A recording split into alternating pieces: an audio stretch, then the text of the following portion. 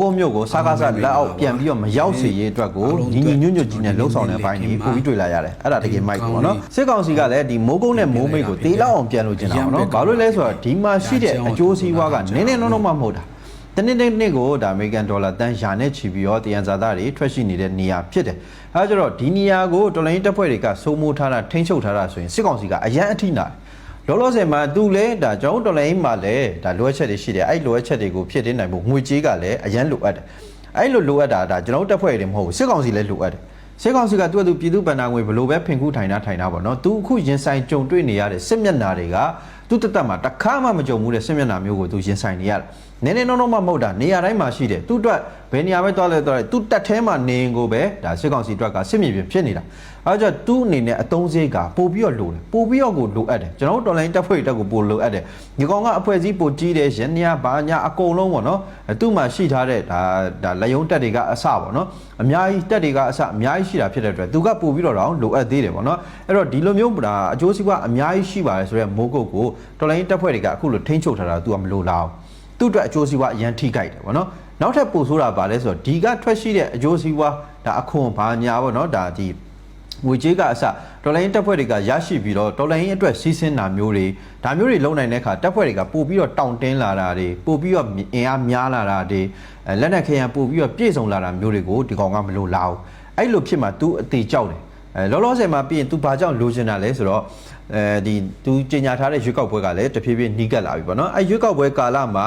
ဒီတိုက်ပွဲတွေကဇက်တိုက်ရှိနေတုံးပဲဖြစ်နေတုံးပဲဆိုရင်နိုင်ငံတကာကစောင့်ကြည့်တဲ့သူတွေကအစပေါ့နော်မင်းအောင်လိုင်းကိုအပြုတ်နှံလိုက်မယ်ဆိုတာကမင်းကပြောတော့တရားမျှတတဲ့လွတ်လပ်တဲ့ရွေးကောက်ပွဲလို့လည်းပြောတယ်ပြီးရင်နိုင်ငံကတည်ငြိမ်နေတဲ့ပုံစံမျိုးနဲ့မင်းကဒါတရုပ်ဖော်တယ်ပေါ့နော်ဒါပေမဲ့လက်ရှိမြေပြင်မှာကြတော့ဒီလိုမျိုးတွေဖြစ်နေတယ်ဆိုတဲ့ပုံစံမျိုးသူကအဖြစ်မခံနိုင်ဘူးအဲဒါကြတော့လောလက်မှာကိုပဲဒီမျိုးတွေကိုပြန်ပြီးတော့သိမ့်ပိုက်နိုင်ဖို့အတွက်သူကအထူးတလဲစူးစမ်းလိုက်မယ်ပေါ့နော်အဲ့တော့သူ့အတွက်လည်းအရန်အရေးကြီးတယ်ပေါ့နော်လက်ရှိမှာဒါစစ်ကောင်စီဖိလာနိုင်တဲ့နေရာတွေကရခိုင်ရှိတယ်ပြီးရင်ဒါအကျိုးစီးပွားရှိတဲ့နေရာမျိုးတွေပေါ့နော်မိုးကုတ်ရှိတယ်ပြီးရင်ဒါမြေပြန့်လိုနေရာတွေအညာဒေသတွေပေါ့နော်လက်နက်ခဲယမ်းမပြည့်စုံမဲနဲ့အဖွဲ့တွေအများကြီးကွဲနေပါတယ်ဆိုပြီးတော့သူ့တက်တိုက်ရလွယ်ကူမယ်လို့ယူဆတဲ့နေရာမျိုးတွေပေါ့နော်အဲ့လိုနေရာမျိုးတွေရှိတယ်ဒါကြောင့်ဒီမိုးကုတ်ဘက်ကိုလည်းတိုက်စစ်စစ်မျက်နှာက3ခုတောင်မှသူကဖွင့်ထားတဲ့ပုံစံမျိုးပေါ့နော်စစ်ကြောင်းတွေဥတီထားတဲ့ပုံစံမျိုးတွေတွေ့ရတယ်မန္တလေးဘက်ကလာတာပဲဖြစ်ဖြစ်ကြောင်မဲနောင်ချိုဘက်ကနေပြီးတော့ဥတီလာတာပဲဖြစ်ဖြစ်ဒီလိုပုံစံမျိုးနဲ့ဒါစစ်ကြောင်းတွေကိုခွဲပြီးတော့ဆေလွတ်ဥတီနေတဲ့ပုံစံမျိုးတွေတွေ့ရတယ်ဒါဖြက်လေးဖြက်ပုံစံမျိုးလေးသူလှုပ်ထားတာရှိတယ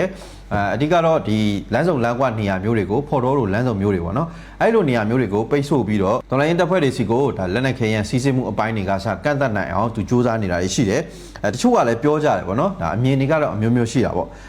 PDF တပ်ဖွဲ့တွေကမိုးကုတ်ကိုအမှန်တကယ်ကာကွယ်နိုင်ပါမလားပေါ့နော်ဒါမြေပြင်နေထားရလက်ရှိဖြစ်နေတဲ့အခြေအနေတွေရတွေးကြည့်မယ်ဆိုရင်လည်းသူတို့တွေးပူတာတော့ဟုတ်ကောင်းဟုတ်နိုင်တယ်ပေါ့နော်အဲ့တော့မိုင်းလုံဘက်ကနေလည်းဝင်လာနိုင်တယ်မိုးကုတ်ကနေမိုင်းလုံဘက်ကနေဆက်ပြီးတော့သွားမယ်ဆိုရင်ဒါကြောက်မဲနောင်ချိုဒီနှမျိုးပေါ့နော်ဒီနှမျိုးကိုလည်းလောလောဆယ်မှာစစ်ကောင်စီကထိန်းချုပ်ထားတာဖြစ်တယ်အဲ့တော့ကြောက်မဲဒါနောင်ချိုကိုလည်းစစ်ကောင်စီကရထားပြီးပြီပေါ့နော်အဲ့တော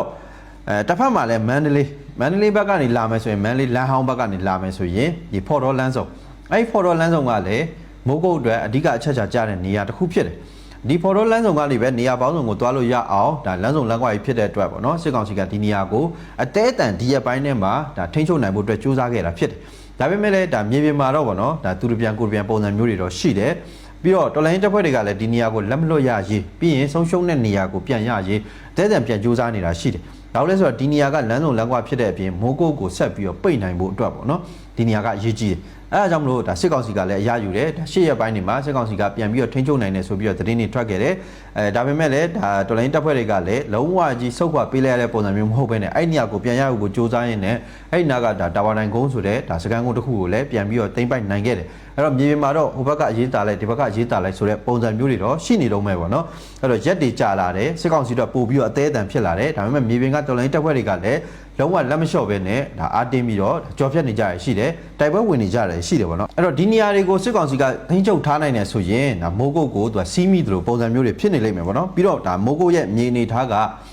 ပတ်ပတ်လေတောင်ကုန်းတောင်တန်းနေနဲ့ဝန်းရံထားတာတကယ်တောင်မြင့်နေနဲ့အဲ့လိုဝန်းရံထားတယ်ဒီပါစောက်ပုံစံပေါ့နော်ဒေအိုးပုံစံမျိုးဖြစ်နေတယ်မိုးကုတ်ကဂျိုင်ဝမ်းထဲမှာရှိတယ်မြို့တစ်မြို့ပုံစံမျိုးဖြစ်နေတာပေါ့နော်အဲ့တော့ကျတော့စစ်ကောင်စီအနေနဲ့ကဒါ